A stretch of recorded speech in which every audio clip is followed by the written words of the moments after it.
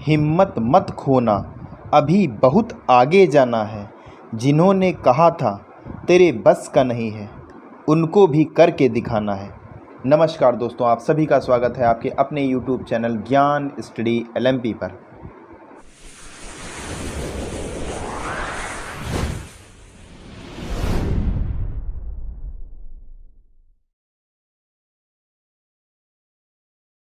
दोस्तों, आज हम लोग यूपी सुपर टेट तथा यूपी लेखपाल तथा अन्य प्रतियोगिता परीक्षाओं में आने वाले जीके जीएस सामान्य ज्ञान के कुछ महत्वपूर्ण प्रश्न करेंगे।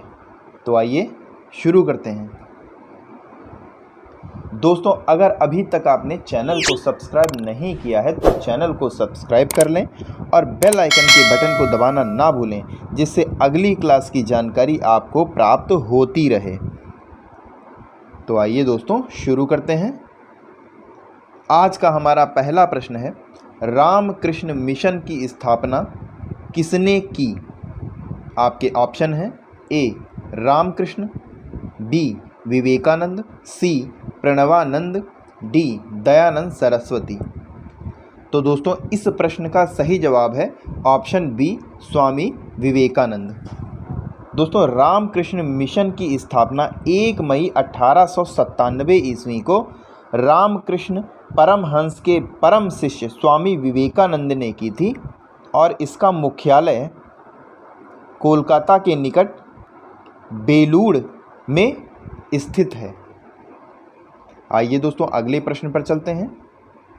अगला प्रश्न है, नर्मदा प्रवाहित होती है। आपके ऑप्शन है ए सतपुड़ा श्रेणी और विंध्य श्रेणी के मध्य में, बी सतपुड़ा श्रेणी और अजंता श्रेणी के मध्य, सी कैमूर पहाड़ियों और विंध्य श्रेणी के बीच से, डी ऑप्शन है महादेव पहाड़ियों और मैकाल श्रेणी के बीच से। तो दोस्तों, इस प्रश्न का सही उत्तर है हमारा ऑप्शन ए सतपुड़ा श्रेणी और विंध्य श्रेणी के मध्य से। नर्मदा नदी सतपुड़ा श्रेणी और विंध्य श्रेणी के मध्य से प्रवाहित होती है। अगला प्रश्न है, किशन गंगा एक सहायक नदी है। आपके ऑप्शन है रावी की, बी चेनाब की, सी झेलम की, डी व्यास की। तो दोस्तों, इस प्रश्न का सही जवाब है ऑप्शन सी झेलम की। दोस्तों, किशन गंगा की अगर हम बात करें तो झेलम नदी की प्रमुख सहायक नदी है। इस पर किशन गंगा परियोजना का निर्माण किया गया है। झेलम नदी पर तुलबुल परियोजना बनाई गई है। अगला प्रश्न है, भुगतान संतुलन शब्द का प्रयोग निम्नलिखित में से किसके संदर्भ में किया जाता है?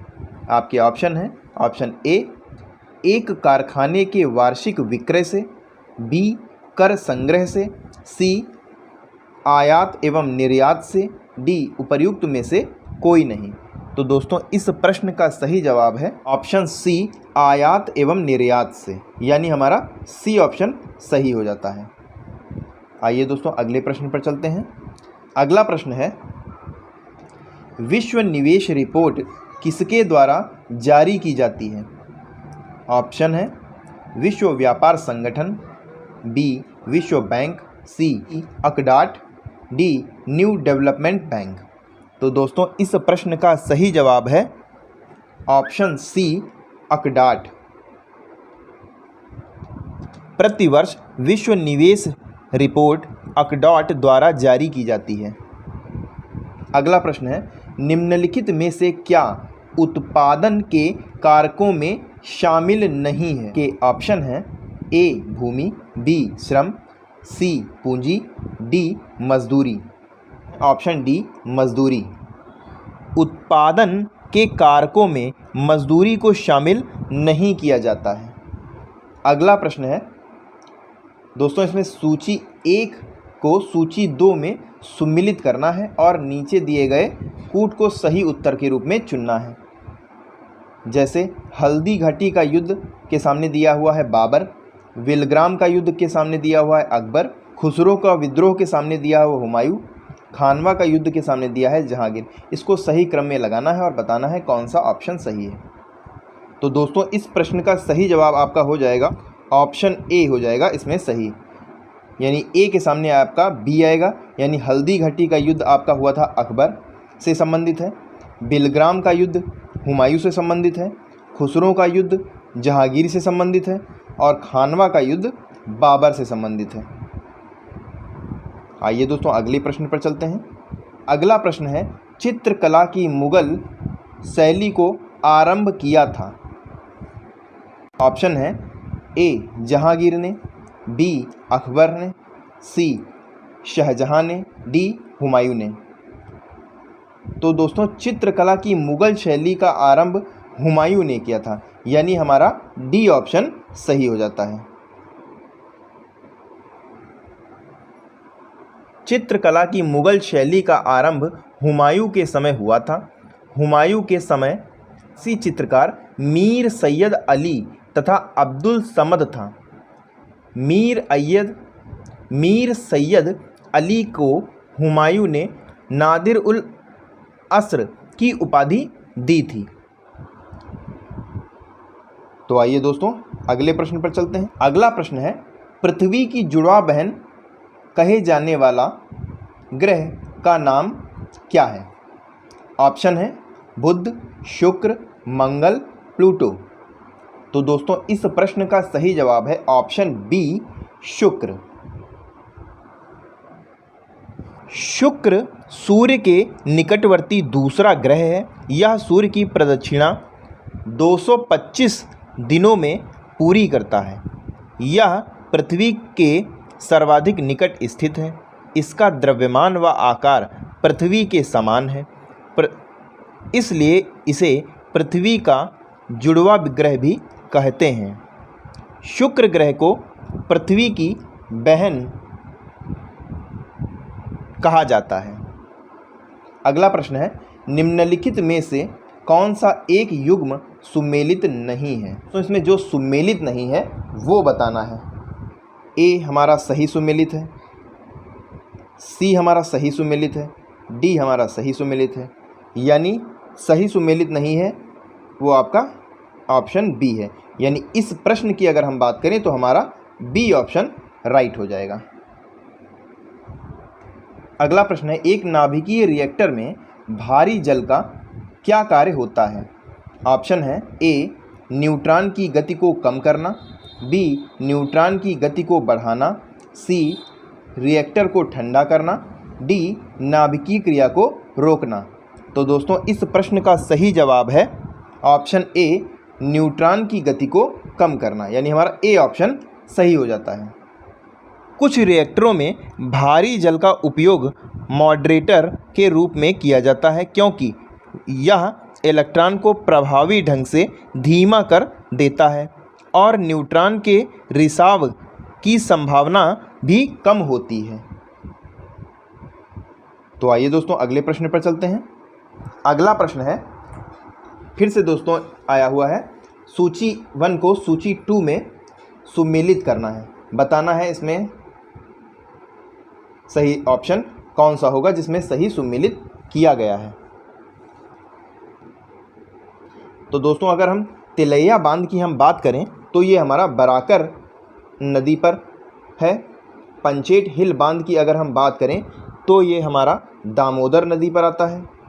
राणा प्रताप सागर की अगर हम बात करें तो ये चंबल नदी पर आता है। और अगर माता टीला बांध की हम बात करें तो ये बेतवा नदी पर आता है। तो हमारा सही ऑप्शन हो जाएगा, यानी तीसरे के सामने आया है, ए के सामने आया है 3 वाला, यानी ए ऑप्शन हमारा सही हो जाता है। आइए दोस्तों अगले प्रश्न पर चलते हैं। अगला प्रश्न है, टैगा वन विशिष्टता है। ए भूमध्य रेखीय क्षेत्र की, बी उष्ण कटिबंधीय क्षेत्र की, सी उपोष्ण कटिबंधीय क्षेत्र की, डी समशीतोष्ण क्षेत्र की। तो दोस्तों इस प्रश्न का हमारा सही जवाब है ऑप्शन डी समशीतोष्ण क्षेत्र की। टैगा वन समशीतोष्ण क्षेत्र की विशिष्टता है। इसे साइबेरिया तुल्य प्रदेशीय जलवायु भी कहा जाता है। आइए दोस्तों अगले प्रश्न पर चलते हैं। निम्नलिखित राज्यों में से किसकी सीमा बांग्लादेश से सटी नहीं है? ए मणिपुर, बी मेघालय, सी मिजोरम, डी त्रिपुरा। तो दोस्तों इस प्रश्न का सही जवाब है मणिपुर, यानी हमारा ए ऑप्शन सही हो जाता है। बांग्लादेश की सीमा को स्पर्श करने वाले अगर हम राज्यों की बात करें तो इसमें मिजोरम, त्रिपुरा, मेघालय, असम, पश्चिम बंगाल आते हैं। मणिपुर राज्य इसकी सीमा को स्पर्श नहीं करता है। तो दोस्तों अगला प्रश्न देखते हैं। फलों को पकाना निम्नलिखित में से किस पादप हार्मोन के कारण होता है? ऑक्सिन, एथिलीन, जिब्रेलिन और कैरिन्स। तो दोस्तों अगर फलों को पकाने के लिए हम बात करें तो हमारा सही ऑप्शन हो जाएगा ऑप्शन बी एथिलीन। फलों का पकना एक ऐसी प्रक्रिया है जिसमें वे अधिक स्वादिष्ट बनते हैं। अधिकांश फल एथिलीन नामक एक गैसीय यौगिक का उत्पादन करते हैं जो पकने की प्रक्रिया शुरू करता है। एथिलीन गैस का उपयोग फलों के पकने को नियंत्रित करने के लिए किया जाता है। आइए दोस्तों अगले प्रश्न पर चलते हैं। दोस्तों अगला प्रश्न है, सीरो सर्वेक्षण का प्रयोग समुदाय में किसकी व्यापकता को निर्धारित करने के लिए किया जाता है? ऑप्शन है A antigen, B antibody, C virus strain, D इनमें से कोई नहीं। तो दोस्तों इस प्रश्न का सही जवाब है ऑप्शन बी एंटीबॉडी। समुदाय में एंटीबॉडी के प्रसार को निर्धारित करने के लिए सीरो सर्वेक्षण का उपयोग किया जाता है। इस प्रक्रिया में आईजीजी इम्यूनोग्लोबिन जी एंटीबॉडी की उपस्थिति के लिए रक्त के नमूनों का परीक्षण किया जाता है जो कोविड-19 के कारण पिछले संक्रमण का निर्धारण करते हैं। दोस्तों आज के लिए बस इतना ही। कैसी लगी आज की क्लास कमेंट करके ज़रूर बताएं और अगर अच्छी लगी हो तो लाइक करें। दोस्तों अगर आप चैनल पर पहली बार आए हैं तो चैनल को सब्सक्राइब करना ना भूलें, क्योंकि इस चैनल पर हम आपको लेखपाल और यूपी सुपर टेट और अन्य कई प्रतियोगिताओं की हम बहुत अच्छे से तैयारी करवाते हैं। तो निश्चित सिलेक्शन के लिए चैनल को सब्सक्राइब करना ना भूलें। मिलते हैं अगली क्लास में, तब तक के लिए नमस्कार। जय हिंद, जय भारत।